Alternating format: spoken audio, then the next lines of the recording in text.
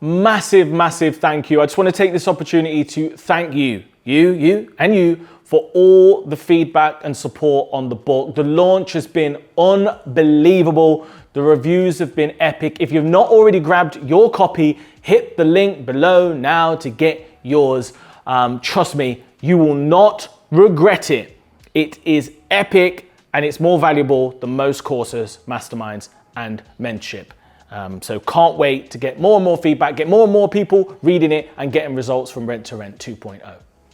I'm Simon, Rent to Rent specialist and mentor, and I started this channel and I give all this free value because I felt like traditional Rent to Rent was broken. I felt like a lot of these educators were doing you dirty, taking your money, not giving you the results, not giving you the support. I actually got had. I ran to the back of the room with a credit card when I couldn't afford it. Talk about this in the book, by the way, my whole story, about how I essentially paid for a course on a credit card that we got to fund my wedding.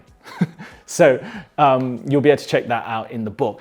And the whole thing here is I want to just give as much value as possible to help you transform your life through property you do not own.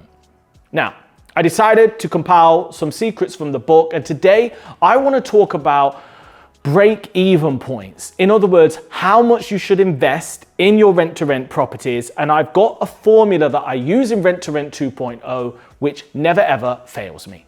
So here's how it works.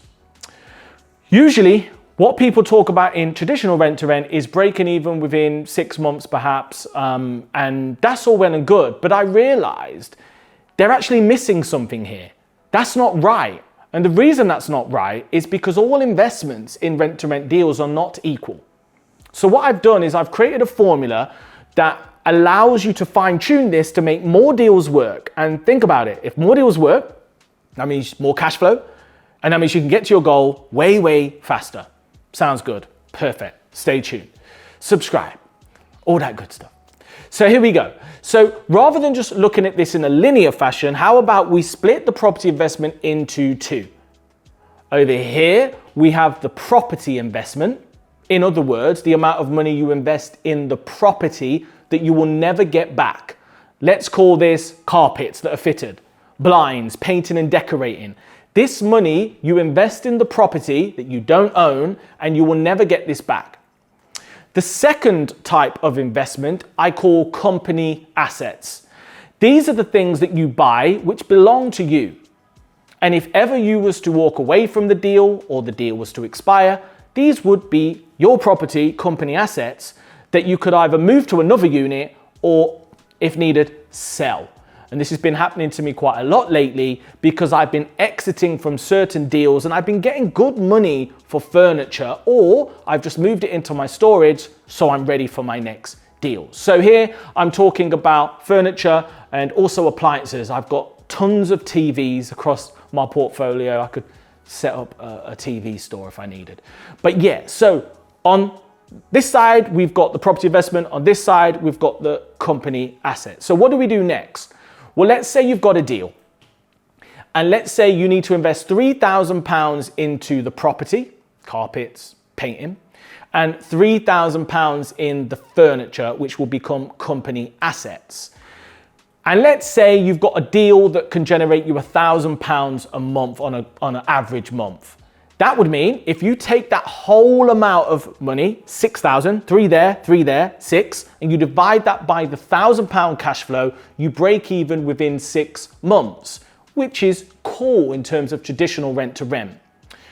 But what happens? What happens here if you had to spend, say, 4 grand on each? All of a sudden then, that deal doesn't work because it's going to take you 8 months to break even. And that's not a true representation of the deal. So what I do, and I talk about this in the book, is I'm happy to take 100% of the property investment because I know I will never get that money back. So that would be 4 grand.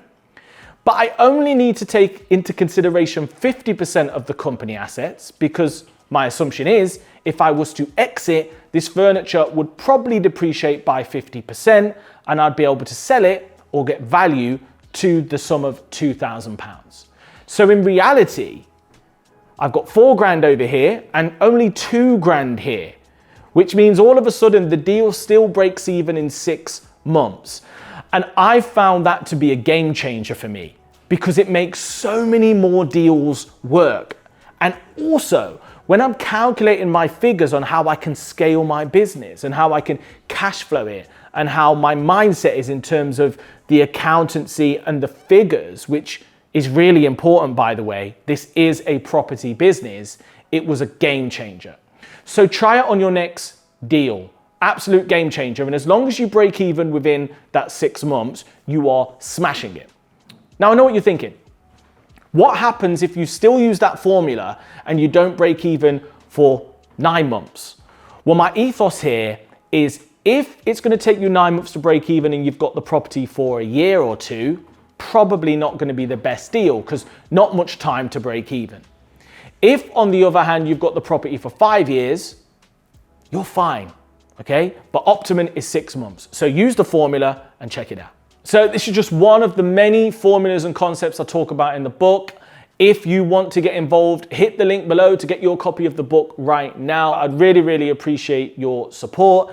Of course, if you've not already done this, make sure you subscribe to the channel, you hit the notification bell, you comment below with any of your questions. I answer them all personally, and I'd really, really love to hear from you. Thanks very much, and I'll see you in the next video.